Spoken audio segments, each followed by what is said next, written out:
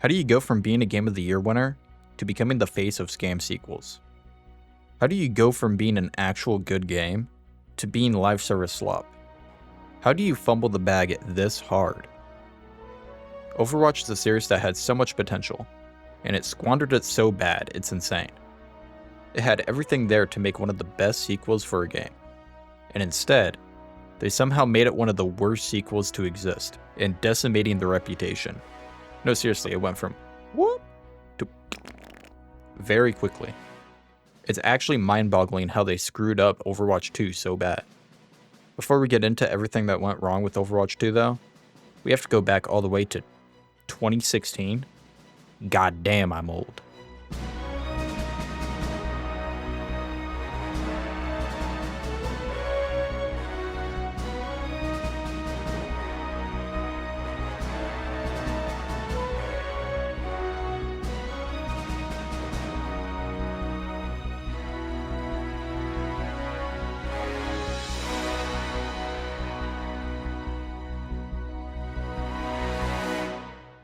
Blizzard dropped Overwatch 1 back in 2016.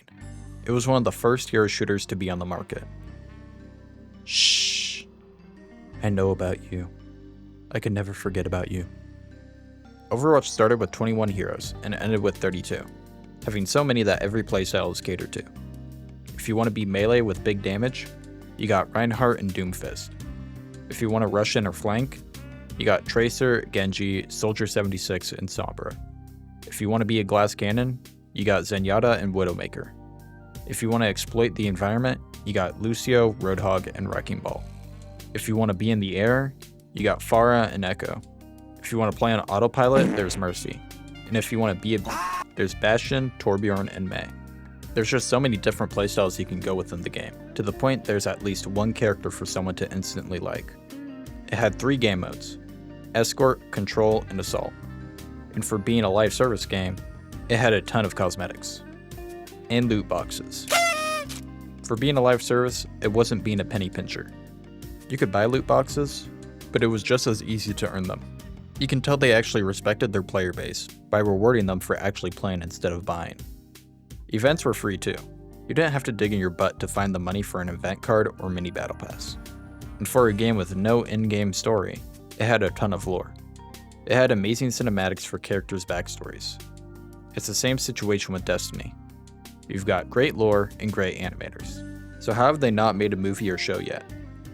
The spark notes for the story though is that an AI named Anubis decided humans needed to die to keep the planet safe, and took control of both the Omnics, which are robots, and the Omnica Corporation's old mega facilities to produce more Omnics for war. This led to the Omnic Crisis, which gave birth to Overwatch, a strike team made up of exceptionally skilled people, and all the Omnics gaining sentience by Aurora, the first sentient AI.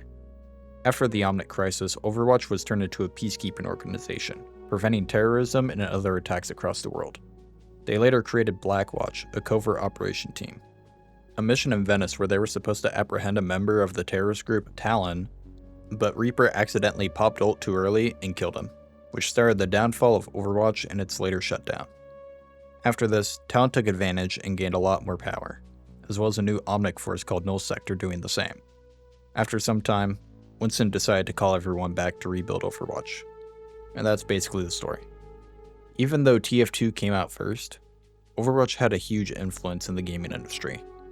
It won Game of the Year in 2016, and every game needed to be a hero shooter after its success. Black Ops 4, Apex Legends, Paladins, and Concord were a few examples. So many games need to be a hero shooter for some reason after Overwatch, and since, it's been a part of the industry as a whole, and I can somewhat understand it. A live service being extremely successful with this hero system, I gotta have that too. That's what the executives of these companies probably said. Regardless though, hero shooters became the new go-to for the industry, so much now that it normally turns people off from a game when they see it, except for a certain hero shooter. Blizzard even had one of the most recognized esports communities, surprisingly. Actually, it's really not, because at the time the only real esports communities to exist at the time were for CSGO and League of Legends. One of the only real downsides for the game was the community though. The Overwatch community was one of the most toxic at the time. If you made one mistake, then you're never hearing the end of that shit. And it won't even be about the mistake itself. They'll just try everything to get under your skin solely because you made a bad play. If you pick the character they want to play first, or even just want to play a character they don't want you to play, they will throw the whole match because of it. These motherfuckers made competitive unbearable, so much that I just stopped playing it altogether. Because what's fun about hearing miserable people cry and whine about you going negative, while they go negative? And I know I'm not the only person to do this. But with Overwatch's huge success, Blizzard wanted to deliver a sequel that would expand on what the game already did, and fix what the game was lacking in. Something the fans would absolutely adore.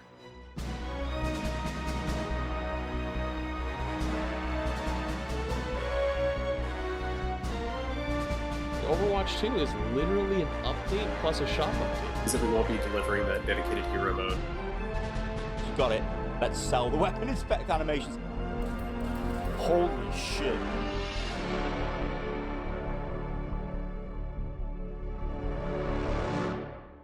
We didn't get that. What we got was a sequel in name only. It was just a fucking monetization update. 4 years of development for 3 heroes and the eradication of free cosmetics for the players. That's what we got.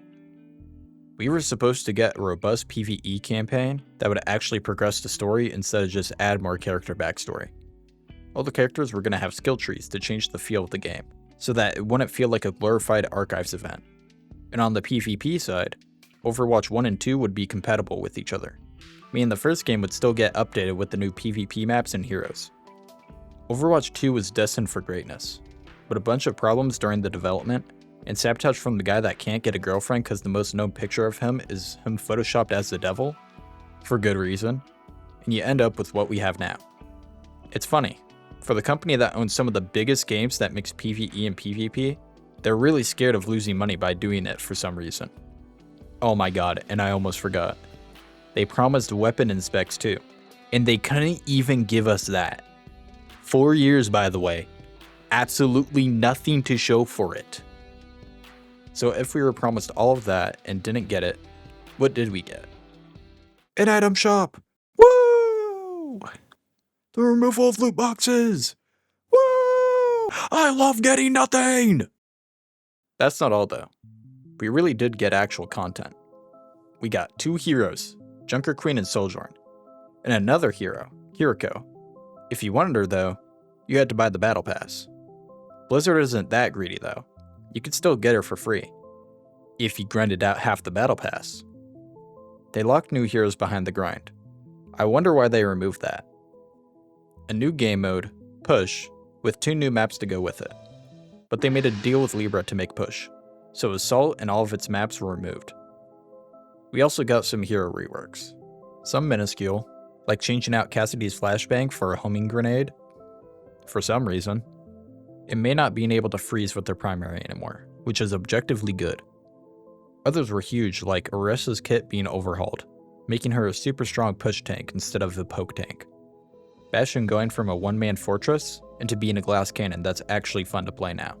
Still want the old ult back though. It's just a Saturn Meteor Strike now. And Doomfist going from being a DPS to a tank that's focused around stunning enemies. They also switched out his uppercut for a block that powers his next punch. You either love it or you hate it. But just to top it all off, if you didn't want to play Overwatch 2, cause it's ass, you don't get to go back to Overwatch 1. They updated Overwatch 1 to Overwatch 2. The most scummy thing they could have done. It took us 4 years for this. And everyone gave Mojang shit for being lazy. Genuinely, how do you fumble the bag this fucking hard? They had everything for an amazing sequel and flushed it down the toilet. Blizzard tanked the game's reputation with one update. Worse than any other game I've seen. Worse than 343 with the Halo series. Worse than Seekers of the Storm's release. Worse than Edge of Fate. That one's not far behind in all honesty. The reason why I say it's worse than all of these is because we aren't done yet. Since they removed loot boxes, Blizzard needed a new way for players to earn shit for free, so they don't get called out for it. So their solution was to use weekly challenges for people to earn credits. You'd have to spend hours of your week to grind these challenges to get basically no credits, because it took 8 months to get enough for one legendary skin. They actually somehow made gambling more enticing than getting a guaranteed reward. It's gotten to the point that the entire game runs on overpriced cosmetics that don't even look good half the time. They've done a bunch of collabs now at this point, all of them being expensive. They've made mythic skins, which each of them are up to $80 if you want everything. That's 2 copies of Overwatch 1. This goes with the mythic weapon skins too, because they can't help themselves, which also has you pay for a weapon inspect. Yeah, they fucking did that. They made a feature that was meant to be free into a keybind with the $70 price tag. Now there's other ways to get the mythic currency though that makes it cheaper. One is from the Battle Pass, which lets you get a fully upgraded skin for $10 and hours of your life. Or instead of buying the $10 mythic shard deal 8 times, you get the $40 and $25 ones to get 1 fully upgraded skin for the low price of a little over 1.5 copies of Overwatch 1. And most of these aren't even worth getting either. So why are they even mythic? Are they really that lazy? They are. All those years of working on PvE were for nothing, because they just cancelled it after stringing people along the entire time. Then they dropped 3 missions for $15. And then nothing since, because they cancelled it again. You can't make this shit up. Blizzard is just that bad at managing the game. They shrunk the matches to 5v5, which just sucks for tanks.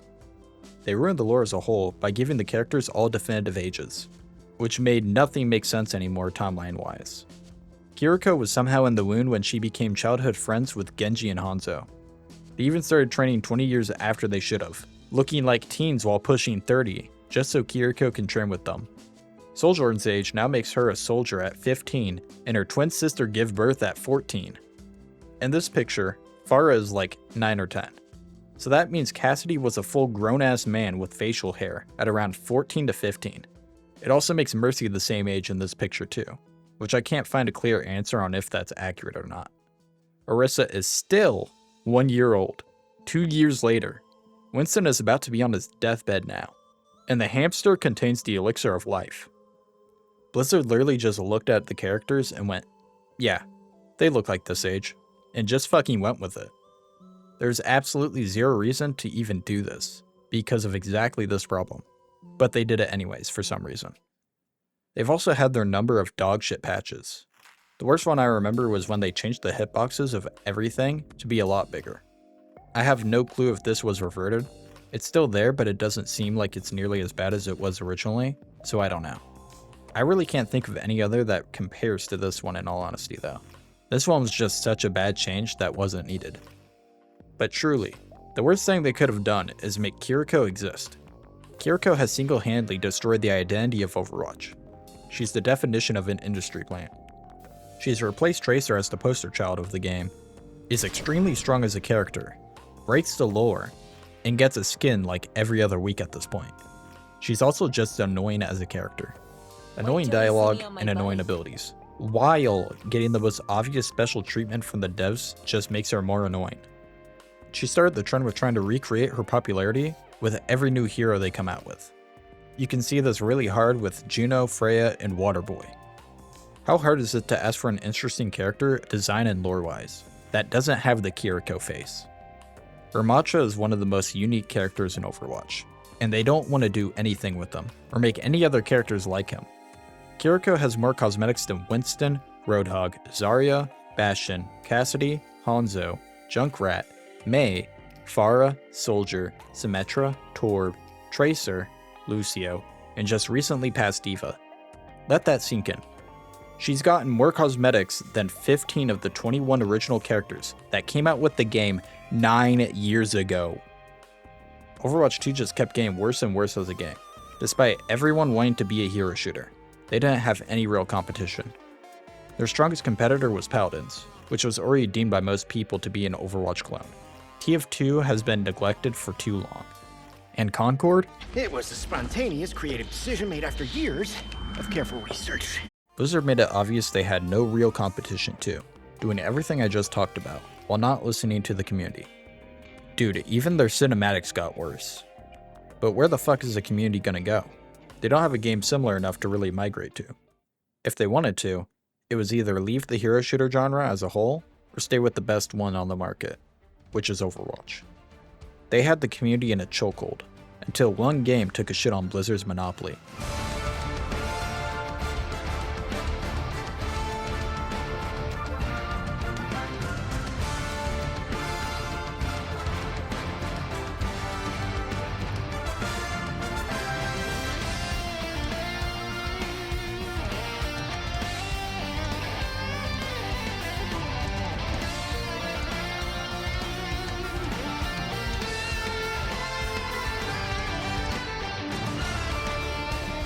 NetEase dropped Marvel Rivals, which fucking ravaged Overwatch on Steam. Overwatch 2 is still mostly negative. That's better than an overwhelmingly negative it had forever. But compare that to Rivals mostly positive, and it's a night and day difference. When the first thing you see when looking at the reviews is asking for an optimization patch, instead of saying people making porn of your game work harder than you, you know you're cooked. Not only does Rivals have the entire Marvel IP library of characters to pull from, giving the game a lifetime of characters to introduce, Rivals is a game that actually takes risks in the genre, and it pays off. It's got an amazing art style, making a game that looks like the Spider-Verse movies, which are masterpieces in animation. It adds new systems, like the team-up system, which gives characters new abilities or passives, if there's another person playing a character yours is teamed up with. Or the destruction system, which changes maps to either a little or a lot, like just destroying cover or platforms, to changing the entire flow of the map. And I know it's not a new thing, a lot of games have it, but you don't really see it too much outside of Battlefield or indies. So it's nice to see it in a genre that would actually benefit heavily from using it. They're also not scared to allow heroes that fly actually allowed to be in the air longer than 3 seconds. Like yeah, flying characters are annoying, but you know what you do? Swat them out of the air. It's not that hard. One of the best things about Rivals that it has over Overwatch 2 though, is how it's been handling monetization. They aren't doing Overwatch 1 levels of respect in your wallet, but it's pretty damn close. Which is crazy considering the live service ecosystem that we're in right now. Once you buy a battle pass, they aren't going to take it away if you don't finish it. You get to keep it, like how it should be. You can't buy them after the season ends though, which is one thing that sucks, and is why Helldivers is still the best live service. But they've given out the Season 0 battle pass to buy back in like Season 3 for a little bit. So there's still a chance of you getting it even after it's gone. You can earn the premium currency fairly quickly, since they do a lot of events that just have it as a reward. They give out a lot of free skins past that, and they've been doing a lot of mini battle passes that are easy to complete and usually give you 1 free skin and 2 skins for $10, which is more money hungry than how they were acting when the game first dropped, but it's still leagues better than Overwatch 2. That shit would probably be $40 to $60 if they did it. But Rivals lit a fire under Blizzard's ass, making them actually worry that their audience is going to leave them.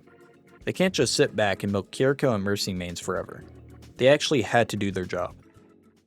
Since Rivals, Blizzard has done some actual positive things to Overwatch.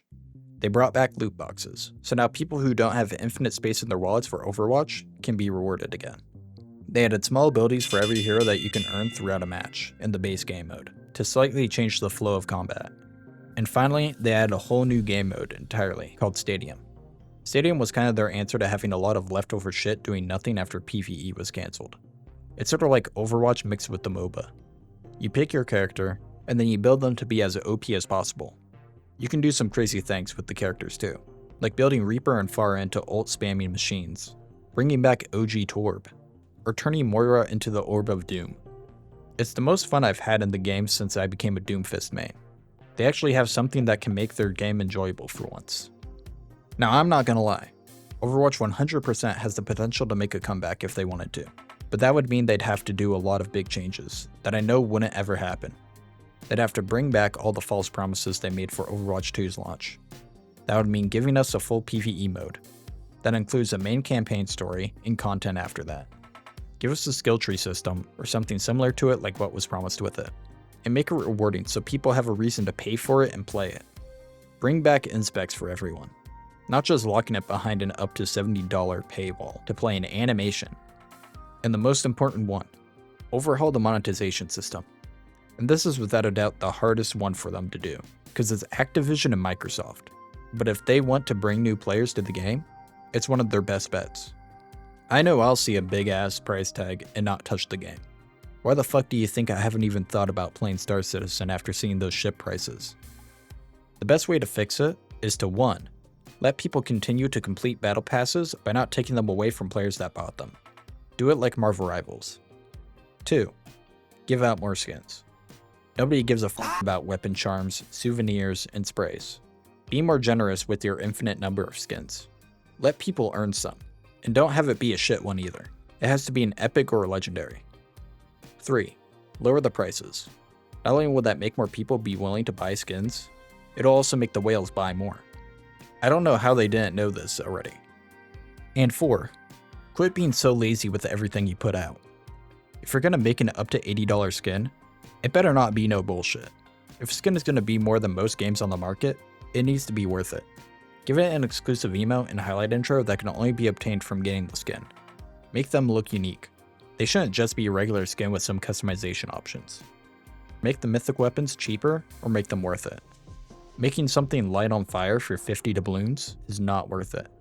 Flipping an axe for 70 is stupid. Call of Duty Mastercrafts are much cheaper, and every one of them are leagues better than any of the mythic weapons in Overwatch. Either make them cheaper or make them worth their price. Quit making recolors. If you're gonna do it, add it as an option to the base skin. Mythics shouldn't be the only ones to be allowed to have a color palette change. And for the love of God, quit reusing cosmetics for other cosmetics. That's just the definition of laziness. What else would you call seeing an emote also be a highlight intro and a victory pose? Like I said before, we gave Mojang shit for making a new wood type and a new mob, while Blizzard just reuses the same animations over and over for content the players pay for. I don't believe this will ever happen though. I want to be wrong about this, but it's been their strategy with the game for so long that I'd be surprised if I am. Despite being a shell of its former self, Overwatch at its core is still a fun game. The combat that made me play it so much back in the day is still there. Hell, that's the main reason why this video even exists. I missed the gameplay and wanted to play it. It's not a game I can continue consuming for an extended period of time though. The community is so full of sad, petty dog shit. One match I had after coming back, we won the first round, and then some dude on the enemy team started naming off a couple of the topics I made videos on. They were like, ooh, Paranoia Agent video, huh? And a Five Nights at Freddy's video too. And that's not only sad, it's fucking weird. This motherfucker spent their time trying to find people's socials to try and get under their skin for a leg up or something, instead of optimizing their build so they could win. We fucking stomped the shit out of them, 3-1. And I thought all the toxic people migrated to Marvel Rivals, cause I was seeing some nasty clips for a bit. But I guess they migrated back. But also the microtransaction landfill makes me want to stay 10 miles away too. It doesn't hurt to have a couple of Doomfist matches from time to time, like maybe once or twice a year. Regardless of the astronomical bag fumble Blizzard and Activision did with this game. Also, can we please free Ramatra, Doomfist, and Lucio from the suffering of being in this game? Please!